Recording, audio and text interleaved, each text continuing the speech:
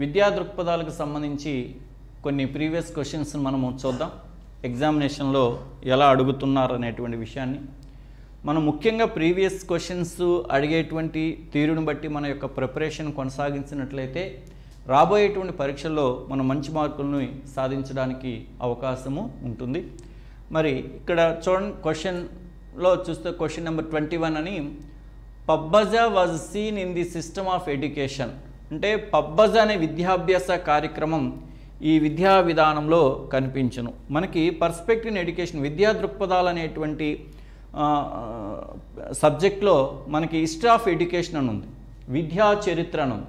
వివిధ కాలాలలో భారతదేశంలో విద్యా విధానం ఎలా ఉండేది అనేటువంటి ఉంది.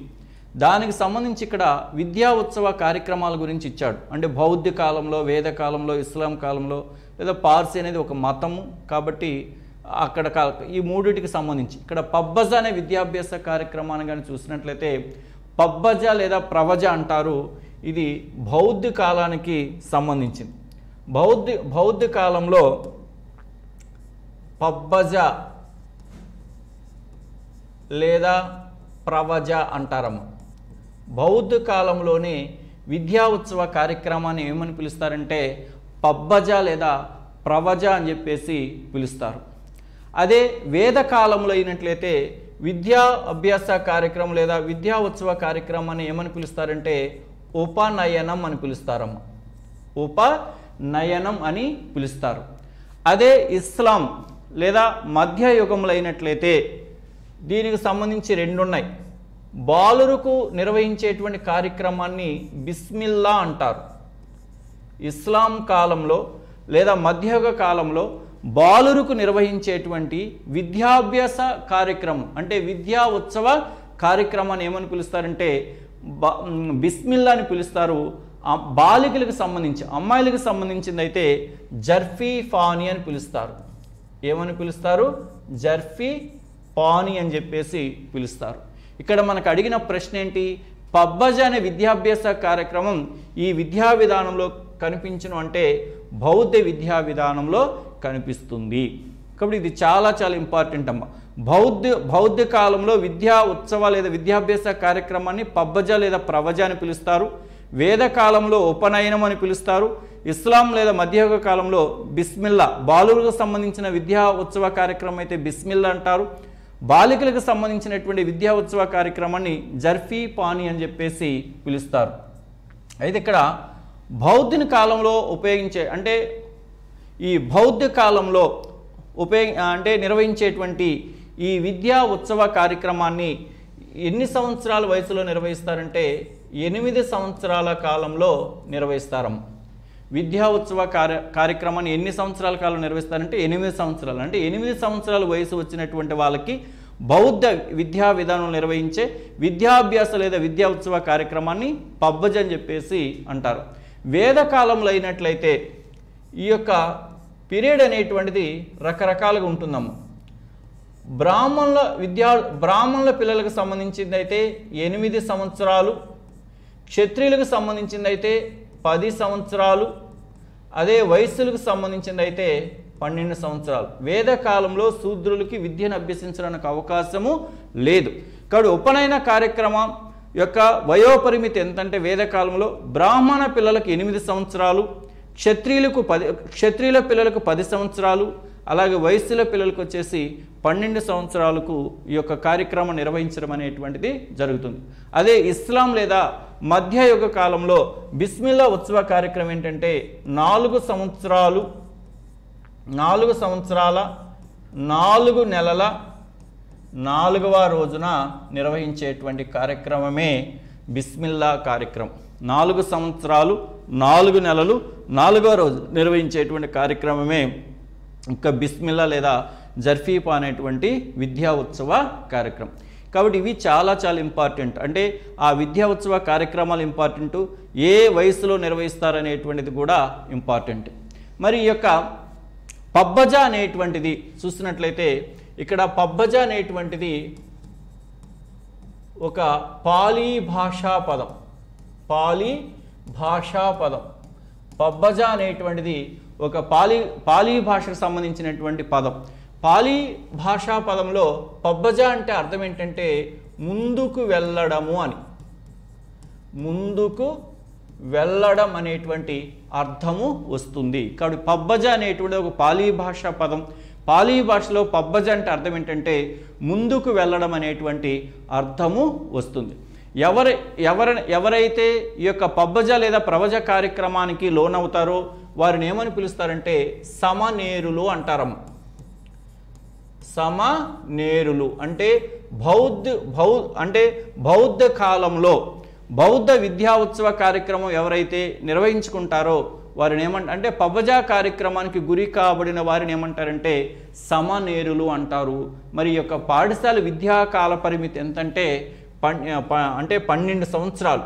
అంటే వీళ్ళు ఈ యొక్క పబ్బజ కార్యక్రమం ముగిసిన తర్వాత 12 సంవత్సరాల పాటు చదువుతారు. ఈ 12 సంవత్సరాలు అయిన తర్వాత 20 సంవత్సరాల వయసు ఎప్పుడైతే వస్తుందో ఈ 20 సంవత్సరాల కాలంలో నిర్వహించే మరో విద్యా ఉత్సవ కార్యక్రమమే ఉపసంపద. 20 సంవత్సరాలు నిండినటువంటి వారికి అంటే పబ్బజ కార్యక్రమాన్ని 8 సంవత్సరాల వయసులో నిర్వహిస్తారు. అలాగే ఉపసంపద కార్యక్రమాన్ని 20 సంవత్సరాల వయసులో నిర్వహిస్తారు. 12 సంవత్సరాల పాటు పాఠశాల విద్య కొనసాగడం అనేటువంటిది జరుగుతుంది. ఇది బౌద్ధ విద్యకు సంబంధించినటువంటిది. అలాగే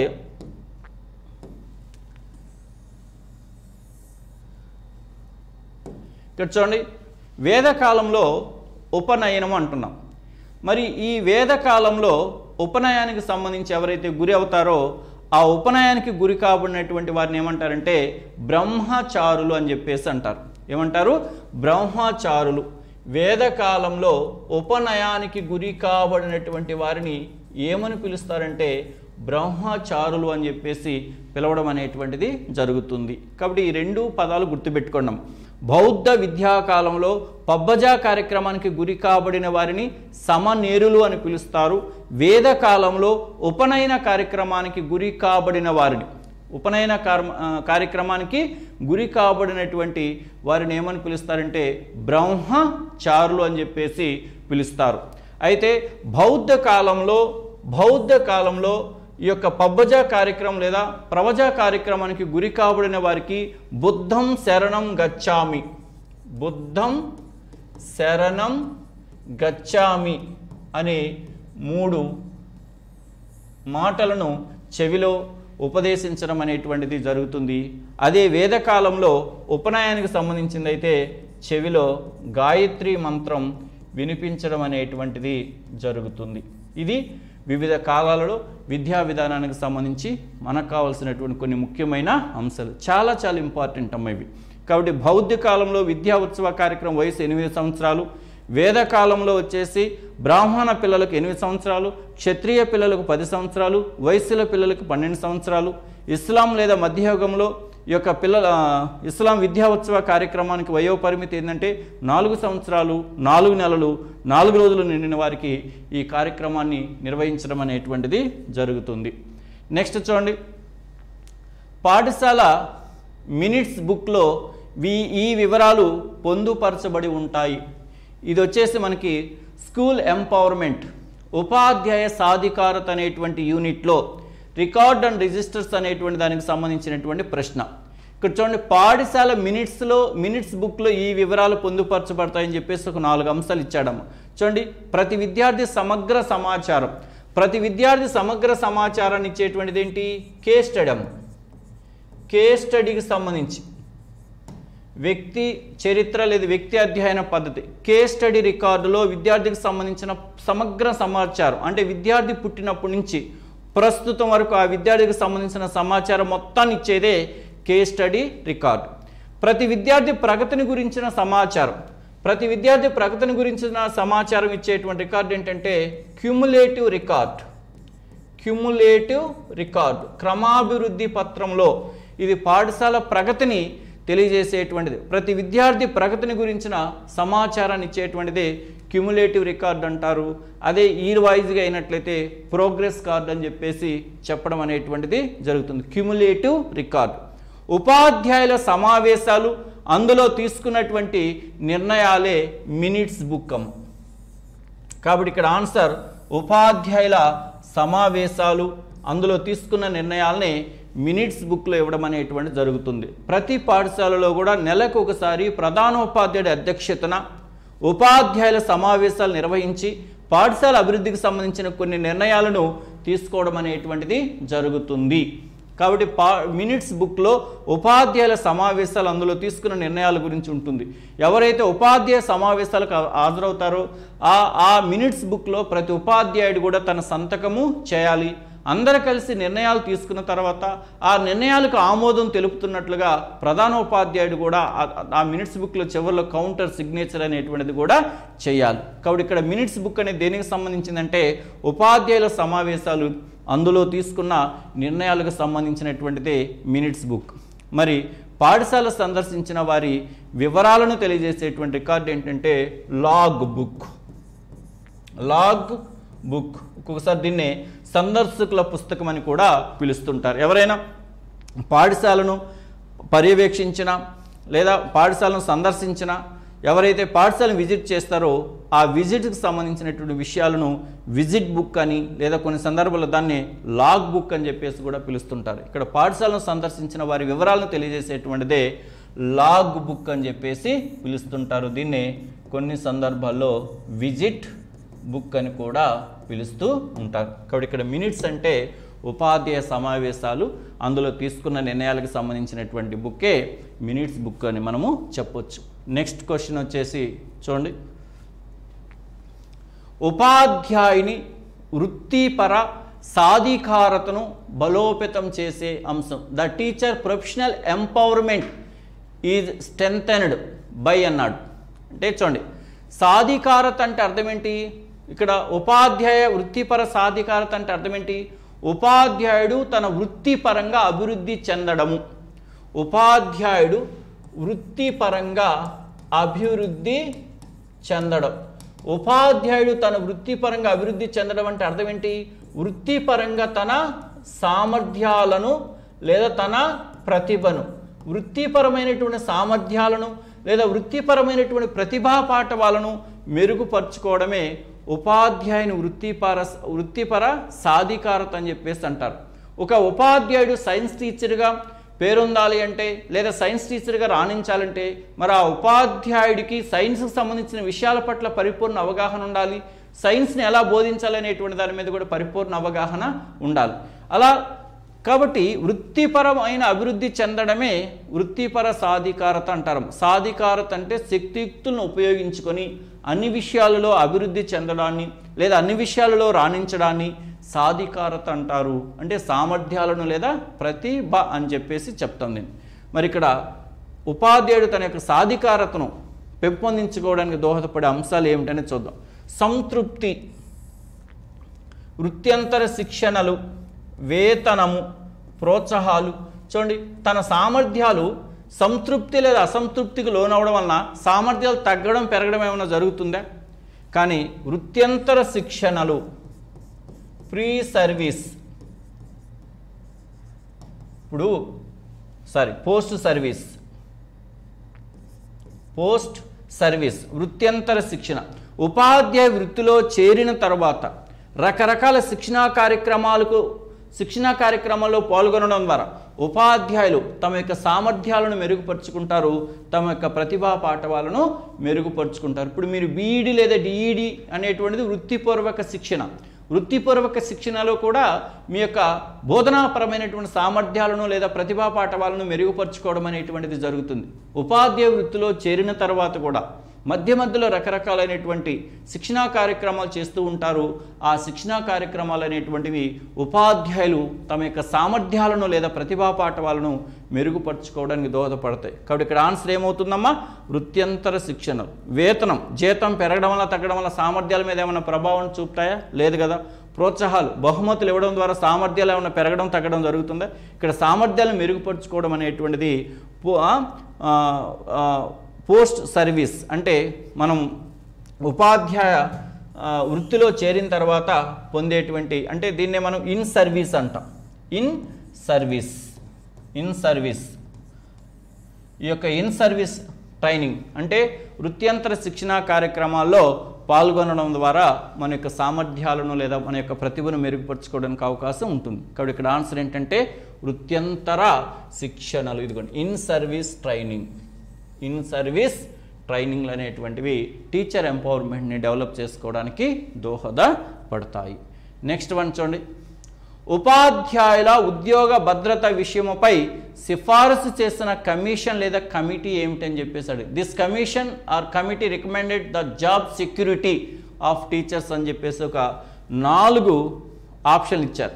జనరల్గా మనకు ఉపాధ్యాయుల ఉద్యోగ భద్రత అనగానే మనకు గుర్తొచ్చేది ఏంటంటే 1985లో ఏర్పాటు చేసినటువంటి చటోపాధ్యాయ కమిషన్ గుర్తొస్తుంది మనకి సాధారణంగా, చటోపాధ్యాయ కమిషన్. కానీ ఇక్కడ ఆప్షన్ చటోపాధ్యాయ కమిషన్ అనేటువంటిదే లేదు. మనకు ఆన్సర్ జనరల్గా ఉపాధ్యాయుల ఉద్యోగ భద్రత అనగానే 1985 చటోపాధ్యాయ కమిషన్ అనేటువంటిది మనకు గుర్తొస్తుంది. ఈ చటోపాధ్యాయ కమిషను ఉపాధ్యాయుల యొక్క ఉద్యోగ భద్రత గురించి చెప్తూ మిగతా ఉద్యోగస్తుల కంటే కూడా ఉపాధ్యాయుల యొక్క జీతభత్యాలు ఎక్కువగా ఉండాలని చెప్పేసి చటోపాధ్యాయ కమిషన్ సిఫార్సు చేయడం అనేటువంటి జరిగింది. మిగతా ఉద్యోగస్తుల కంటే కూడా ఉపాధ్యాయుల యొక్క జీతభత్యాలు ఎక్కువగా ఉండాలని చెప్పేసి చటోపాధ్యాయ కమిషన్ పేర్కొనడం అనేటువంటి జరిగింది. అంటే ఉద్యోగ భద్రత గురించి నియమించిన కమిషనే చటోపాధ్యాయ కమిషన్. కానీ ఇక్కడ మనకేమిచ్చారు, Hunter, Ishwarbhai Patel committee, Kothari commission, Hartog committee. మరి ఇక్కడ హాంటర్ కమిషన్ అనేటువంటిది 1882 ఏర్పాటు చేసిన కమిషన్. దీన్ని తొలి భారతీయ విద్యా కమిషన్ అంటారు కదా, తొలి భారతీయ విద్యా కమిషన్ అని చెప్పేసి పిలుస్తారు.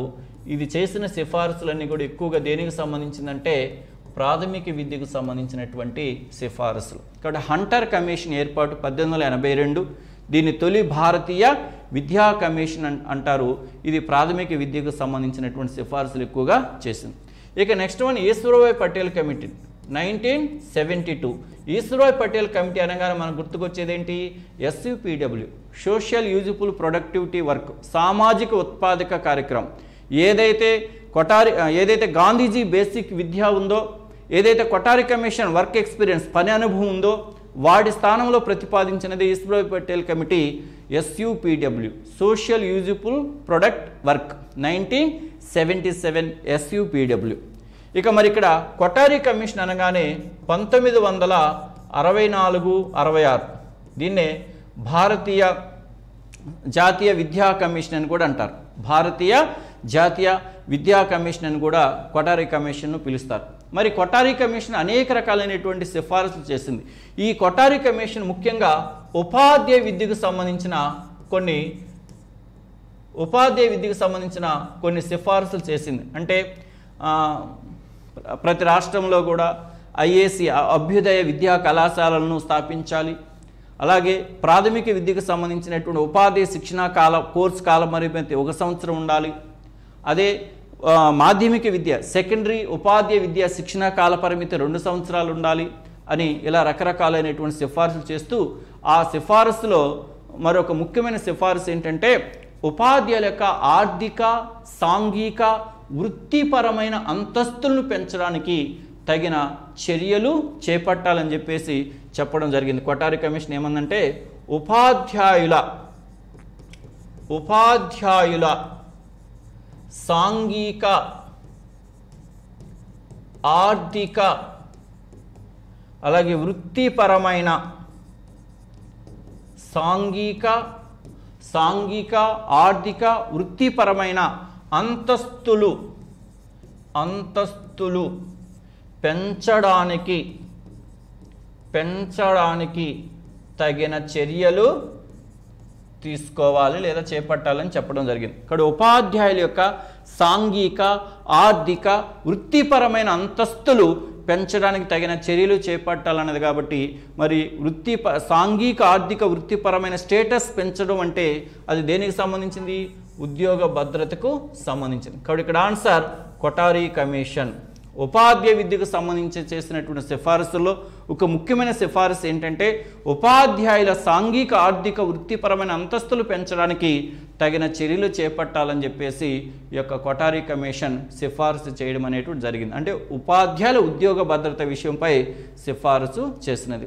మరొకటేంటి హార్టాగ్ కమిటీ 1929. హార్టాగ్ కమిటీ అనగానే మనకు గుర్తుకొచ్చే అతి ముఖ్యమైన అంశం ఏంటమ్మా? వృధా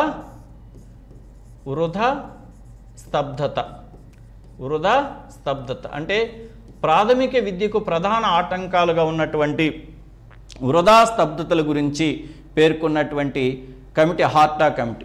వేస్టేజ్ అండ్ స్టాగ్నేషన్ అంటే ప్రాథమిక విద్యలో వృధా అంటే అర్థం ఏంటి? ప్రాథమిక విద్య పూర్తి కాకుండానే బడి మానవేయడాన్ని ప్రాథమిక విద్యలో వృధా అంటారు. స్తబ్దత అంటే అర్థం ఏంటి? ప్రాథమిక విద్యలో చదివిన తరగతిని తిరిగి మరలా చదవడాన్ని స్టాగ్నేషన్, అదే తరగతిలో తిరిగి మరలా కొనసాగడాన్ని స్తబ్దత అంటారు. ఈ రెండింటిని ప్రధానమైన అవరోధాలు, ప్రాథమిక విద్యకు ఉన్నటువంటి ప్రధానమైన అవరోధాలుగా ఈ రెండింటిని పేర్కొనడం అనేది జరిగింది. మరి ఈ యొక్క ప్రాథమిక విద్యలో వృధా స్తబ్దత కారణాల హార్టాగ్ కమిటీ ఏమని సూచించిందంటే, ఆనాడు సమాజంలో ఉండేటువంటి తల్లిదండ్రుల నిరక్షరాస్యత, అలాగే ఉపాధ్యాయుల సంఖ్య సరైన విధానంలో లేకపోవడం వలన ఇలాంటి అంశాలను పేర్కొనడం అనేటువంటిది జరిగింది. ఇక్కడ వృధా స్తబ్దత అనగానే మనకు గుర్తుకు రావాల్సిన కాన్సెప్ట్ ఏంటంటే హార్టాగ్ కమిటీ. ఇలా ఉపాధ్యాయుల ఉద్యోగ భద్రత విషయముపై సిఫార్సు చేసిన కమిషన్ లేదా కమిటీ ఏంటంటమ్మా ఇక్కడ కొఠారి కమిషన్ అని చెప్పేసి చెప్పాలి.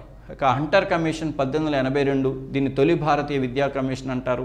యూసుఫ్భాయ్ Patel committee 1977, SUPW. Hartog committee 1929 ప్రాథమిక విద్యకు ప్రధాన అవరోధాలుగా ఉన్నటువంటి వృధా స్తబ్దత అనేటువంటి విషయాల గురించి పేర్కొన్నది. నెక్స్ట్ వన్ చూడండి, దేశవ్యాప్తంగా మన సంస్కృతి సంప్రదాయాల పరిరక్షణకు కృషి చేస్తున్న ఒక జాతీయ సంస్థ అని చెప్పేసి ఒక 4 జాతీయ సంస్థలను ఇవ్వడం జరిగింది. ఇక్కడ CIET అనేటువంటిది జాతీయ స్థాయిలో ఉన్నటువంటి ఒక కేంద్రీయ విద్యా సాంకేతిక సంస్థ. అంటే విద్యకు సంబంధించి సాంకేతిక పరమైన సహాయ సహకారాలను అందించే ఒక కేంద్రీయ సంస్థే CIET, central institute of educational and technology. ఇది NCERTలో ఒక విభాగం. CIET అనేది కేంద్రీయ విద్యా సాంకేతిక సంస్థ అంటారు. NCT అనేది జాతీయ స్థాయిలో ఉన్న ఉపాధ్యాయ విద్యకు సంబంధించింది. National council for teacher education, ఇది ఉపాధ్యాయ విద్యకు సంబంధించింది. మరి CCRT అనేటువంటిది జాతీయ స్థాయిలో ఉన్న సాంస్కృతిక పరిరక్షణకు సంబంధించినటువంటిది విద్య అన్నమాట. ఇక NCERT అనేటువంటిది జాతీయ స్థాయిలో ఉన్న పాఠశాల విద్యకు సంబంధించింది. కాబట్టి జాతీయ స్థాయిలో ఉండేటువంటి సంస్కృతి సంప్రదాయాల పరిరక్షణకు సంబంధించినటువంటిదే CCRT. ఇక్కడ ఏమన్నాడు?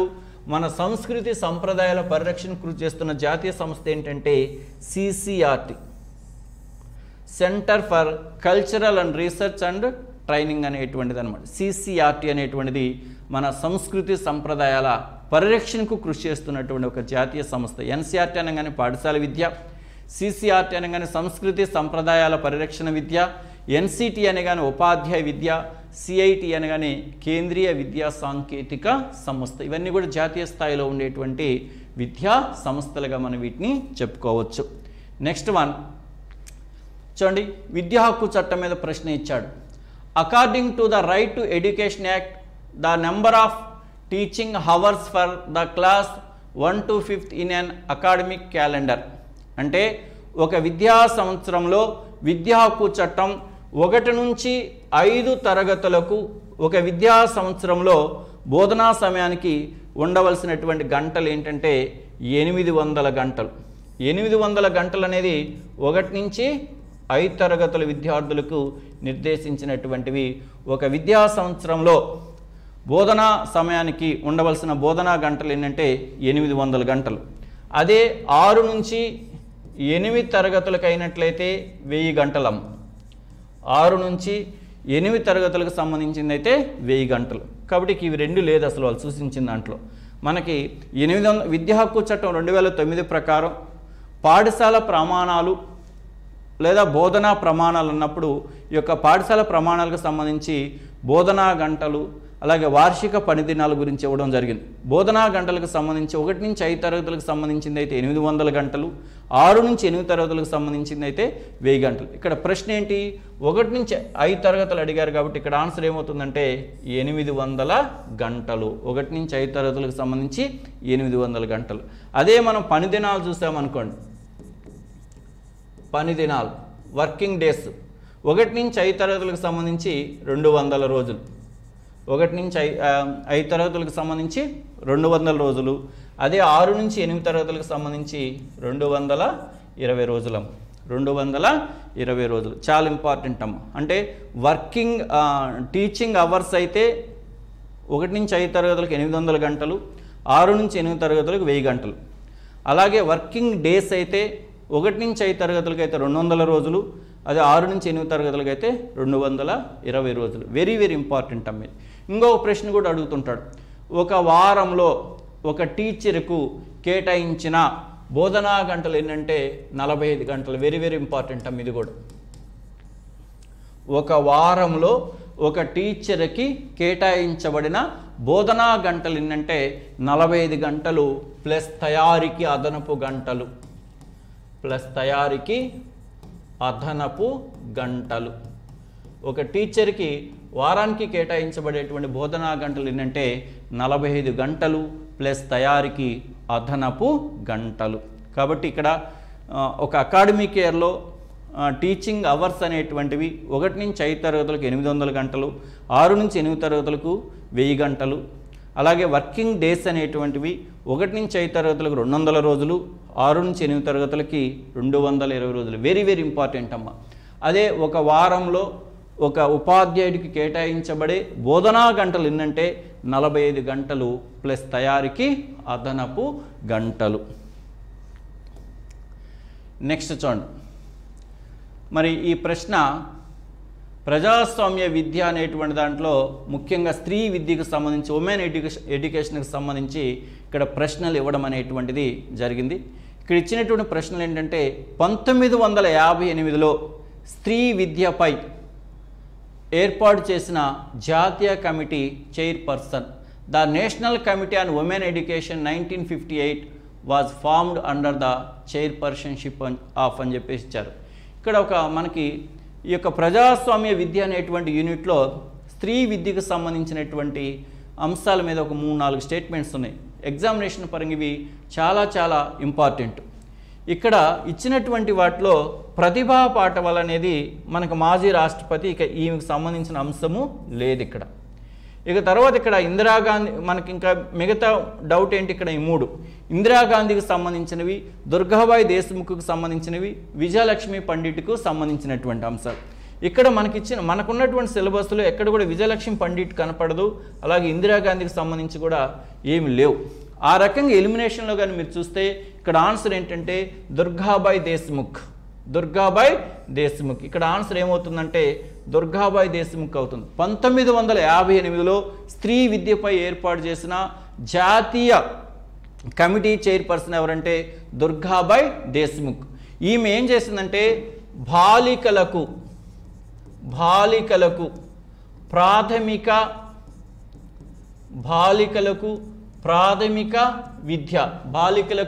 ప్రాథమిక విద్య, సెకండరీ విద్యకు అవసరమైన సౌకర్యాలను కల్పించడంలో తగిన సూచనలు చేసినటువంటి కమిటీ దుర్గాబాయి దేశ్ముఖ్.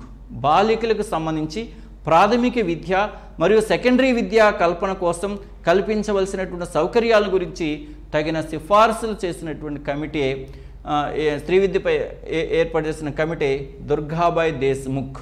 కాబట్టి 1958లో స్త్రీ విద్యపై ఏర్పాటు చేసిన జాతీయ కమిటీ చైర్పర్సన్ ఎవరంటే దుర్గాబాయి దేశ్ముఖ్. ఈమె ఏటి మీద సిఫార్సులు చేసిందంటే బాలికలకు ప్రాథమిక విద్యను మరియు సెకండరీ విద్యను అందించడానికి అవసరమైన సౌకర్యాలను కల్పించడంలో తగిన సూచనలను చేసినటువంటి వ్యక్తి ఎవరంటే దుర్గాబాయ్ దేశ్ముఖ్. మరో రెండు ఉన్నాయి ఇక్కడ ఎగ్జామినేషన్ పరంగా చాలా ఇంపార్టెంట్. అంటే జాతీయ మహిళా విద్యా మండలి, జాతీయ మహిళా విద్యా మండలి. జాతీయ మహిళా విద్యా మండలి స్త్రీ విద్యను పెంపొందించడానికి ఎలాంటి చర్యలు చేపట్టాలనేటువంటి దాని మీద 2 కమిటీలు ఏర్పాటు చేసింది. అందులో ఒకటి ఏంటంటే Hans Mehta committee. Hans Mehta committee 1962. Hans Mehta committee 1962. ఈ హన్స్ మెహతా కమిటీ ఏ విషయాల మీద సిఫార్సులు చేసిందంటే ముఖ్యంగా బాలికల విద్యకు సంబంధించి భౌతిక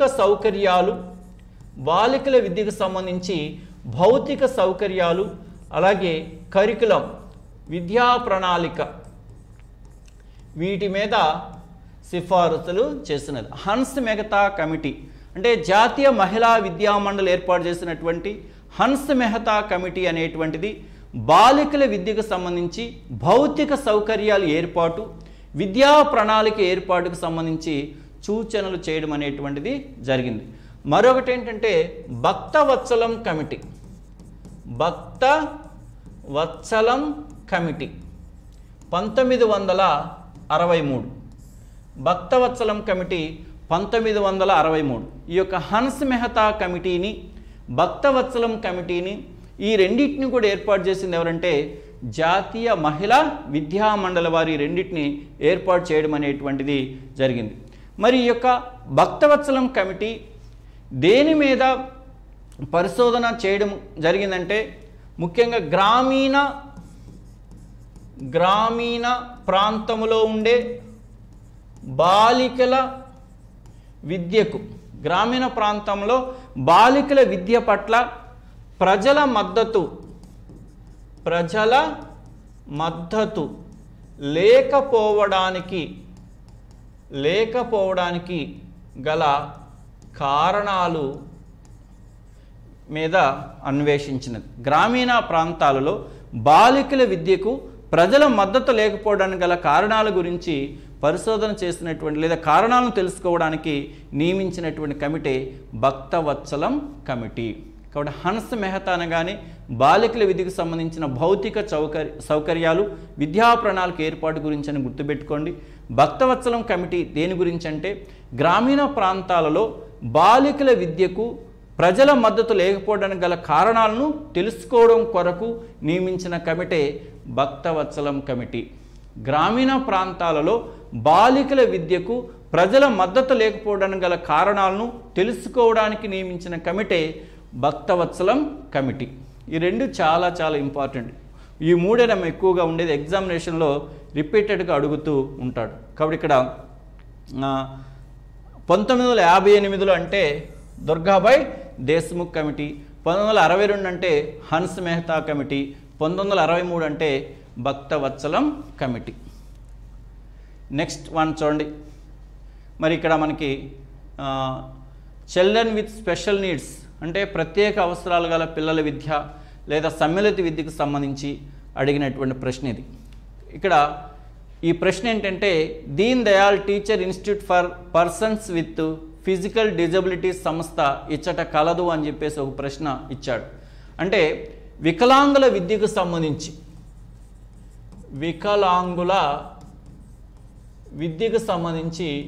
కొన్ని జాతీయ సంస్థలు ఉన్నాయి మనకి. వికలాంగుల విద్యకు సంబంధించి కొన్ని జాతీయ సంస్థలు అనేటువంటివి ఉన్నాయి. ఆ వికలాంగుల విద్యకు సంబంధించినటువంటి జాతీయ సంస్థల్లో ఒకటి ఏంటంటే Deen Dayal teacher institute for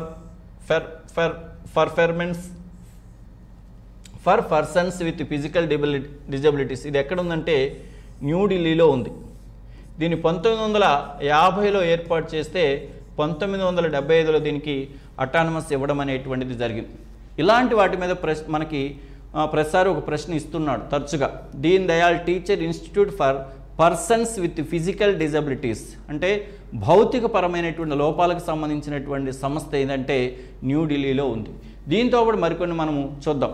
కృత్రిమ అవయవాల తయారీ సంస్థ, కృత్రిమ అవయవాల తయారీ సంస్థ, కృత్రిమ అవయవాల తయారీ సంస్థ ఎక్కడుందంటే లక్నోలో ఉంది.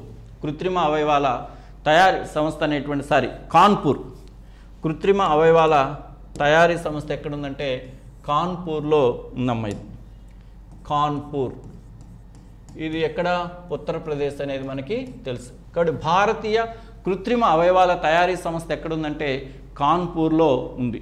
అలాగే national institute of orthopaedical handicap, orthopaedical handicapped అనేటువంటిది కలకత్తాలో ఉంది.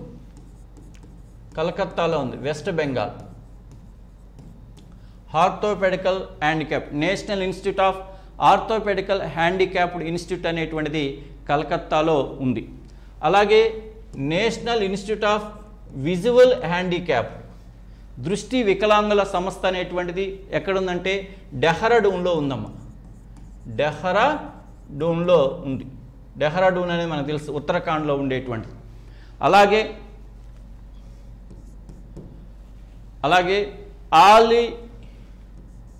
ఆలి యువర్జంగ్ national institute of national institute of here handicapped అనేటువంటిది ఎక్కడుందంటే ముంబైలో ఉంది. మహారాష్ట్ర. ఆలి యువర్జంగ్ national institute of hearing handicapped అనేటువంటిది ముంబైలో ఉంది. అలాగే మనకు అందరికీ తెలుసు national institute of mental handicap, మానసిక వికలాంగుల సంస్థ అనేది ఎక్కడుంది? సికింద్రాబాద్లో ఉంది, తెలంగాణ. సికింద్రాబాద్లో ఉంది, తెలంగాణ. కాబట్టి వీటితో పాటు ఇవి కూడా గుర్తుపెట్టుకోండి. భారతీయ కృత్రిమ అవయవాల తయారీ సంస్థ ఎక్కడుందంటే కాన్పూర్లో ఉంది, Uttar Pradesh. Orthopaedical handicapped, national institute of orthopaedical handicapped అనేది ఎక్కడుందంటే కలకత్తాలో ఉంది, వెస్ట్ బెంగాల్. విజువల్ హ్యాండిక్యాప్డ్, జాతీయ దృష్టిలోప వికలాంగ సంస్థ ఎక్కడుందంటే డెహ్రాడూన్లో ఉంది, ఉత్తరాఖండ్లో ఉంది. అలాగే ఆలి యువర్జంగ్ national institute of hearing handicapped, వినికిడి లోప వికలాంగ సంస్థ ఎక్కడుందంటే ముంబైలో ఉంది. అలాగే మెంటల్ హ్యాండిక్యాప్డ్ వచ్చేసి సికింద్రాబాద్. కాబట్టి సింపుల్గా ఏం గుర్తుపెట్టుకుంటారంటే ఆర్థోపెడికల్ అన్నప్పుడు కలకత్తా, విజువల్ అన్నప్పుడు డెహ్రాడూన్, హియరింగ్ అన్నప్పుడు ముంబాయి, మెంటల్ హ్యాండిక్యాప్డ్ అన్నప్పుడు సికింద్రాబాద్. ఇలా ఇక్కడికి సంబంధించి ఇక్కడ ఏమి లేవు. హైదరాబాద్ అంటే మనం దాన్ని సికింద్రాబాద్ అనుకుంటే మెంటల్ హ్యాండిక్యాప్డ్గా మనం దాన్ని చెప్పుకోవచ్చు. ఇవి చాలా చాలా ఇంపార్టెంట్. ఇవన్నీ కూడా ఈ యొక్క వికలాంగుల విద్యకు సంబంధించినటువంటి జాతీయ సంస్థలన్నీ కూడా దేని అనుమతి పొందాలంటే తప్పనిసరిగా ఇవన్నీ కూడా రీహాబిలిటేషన్ కౌన్సిల్ ఆఫ్ ఇండియా 1995లో స్థాపించినటువంటి జాతీయ పునరావాస మండలి ఏదైతే ఉందో దాని అనుమతి అనేది ఇవి తప్పనిసరిగా పొందాలి. అంటే వికలాంగుల విద్యకు సంబంధించినటువంటి జాతీయ సంస్థలన్నీ కూడా జాతీయ పునరావాస మండలి అనుమతి అనేది పొందాలి. Rehabilitation council of India 1995. ఈ యొక్క సంస్థలన్నీ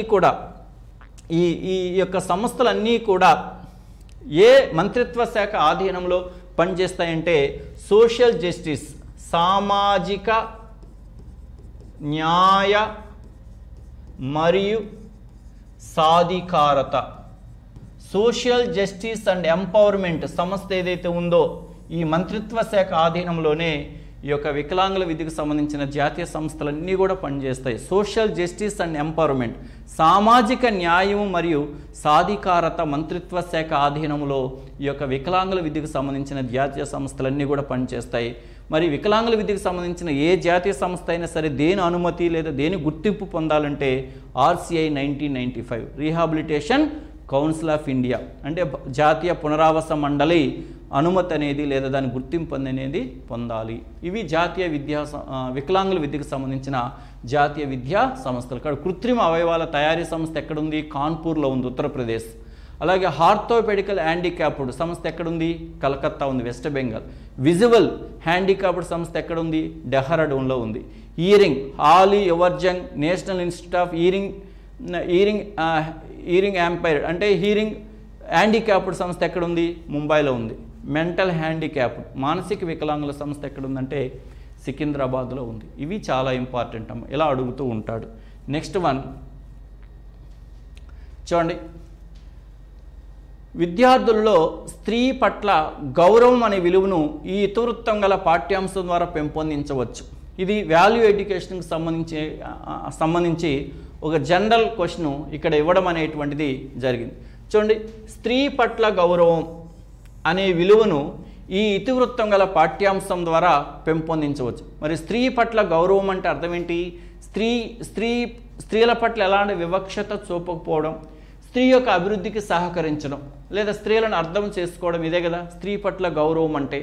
మరి ఇక్కడ చూడండి, అన్యాయాన్ని గుర్తించడం, ప్రశ్నించడం. ఈ అన్యాయాన్ని గుర్తించడం, ప్రశ్నించడం అనేటువంటిది ఇక్కడ స్త్రీల పట్ల గౌరవం కిందకి రాదు. సమాజ సేవ అభినందించడం, ఇది స్త్రీ పట్ల గౌరవం కిందకి రాదు. ప్రకృతిని ఆస్వాదించడం, అభినందించడం, ఇది కూడా స్త్రీకి దీనికి సంబంధం లేదు. మరి చూడండి, ఇక్కడ సహానుభూతితో వ్యవహరించడం, అసమానతలను తొలగించడం, ఇది అవుతుంది. కాబట్టి సహానుభూతి అంటే బిహేవ్ విత్ ఎంపతి రిమూవింగ్ డిస్పెరెన్స్, అసమానతలు స్త్రీ పురుషులు అనేటువంటి తేడా లేకుండా సహానుభూతితో వారికి సంబంధించిన విషయాలను లేదా వారికి సంబంధించిన సమస్యలను మనము అర్థం చేసుకుంటే అప్పుడు మనం స్త్రీల పట్ల గౌరవం అనేటువంటిది కలుగుతాం. కాబట్టి విద్యార్థులు స్త్రీల పట్ల గౌరవం అనే విలువను ఈ ఇతివృత్తం గల పాఠ్యాంశం ద్వారా పెంపొందించవచ్చు. అంటే ఆ పాఠ్యాంశాల్లో సహానుభూతితో వ్యవహరించడము, అలాగే అసమానతలు తొలగించడం అనేటువంటి విషయం ఆ పాఠ్యాంశంలో ఉన్నట్లయితే తద్వారా విద్యార్థులకు స్త్రీల పట్ల గౌరవం అనేటువంటి విలువను సహానుభూతి అంటే ఎదుటి వ్యక్తిని మనం అర్థం చేసుకోగలం. మరి స్త్రీకి గౌరవం ఇవ్వాలంటే స్త్రీకి ఉండేటువంటి సమస్యలను, స్త్రీ యొక్క అవసరాలను, స్త్రీ యొక్క ఇబ్బందులను మనం గుర్తించినప్పుడే మనం వారి సమస్యలను పరిష్కరించగలుగుతాం. అలా స్త్రీల సమస్యలు మనం పరిష్కరించగలుగుతున్నాం లేదా స్త్రీలకు మనము తోడ్పాటును అందిస్తున్నామంటే దాని అర్థం స్త్రీని మనం గౌరవిస్తున్నామని అర్థం. కాబట్టి సహానుభూతితో వ్యవహరించడం, అసమానతలను తొలగించడం. నెక్స్ట్ క్వశ్చన్ వచ్చేసి చూడండి, ఇది విద్యా హక్కు చట్టం 2009కి సంబంధించి ఒక ప్రశ్న ఇచ్చాడు. ఇక్కడ రాష్ట్ర స్థాయిలో విద్యా హక్కు అథారిటీ చైర్మన్, రాష్ట్ర స్థాయిలో విద్యా హక్కు అథారిటీ చైర్మన్ ఎవరు అవుతారంటే హైకోర్టు న్యాయమూర్తి అవుతాడు.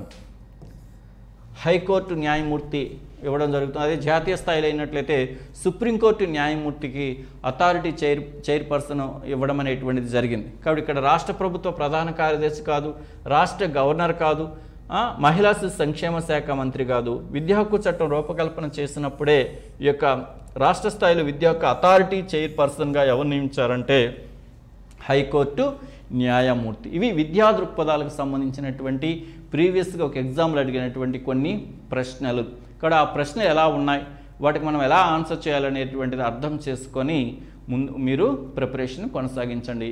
మరొక వీడియోలో మరికొన్ని ప్రశ్నలు మనం చూద్దాం. Thank you.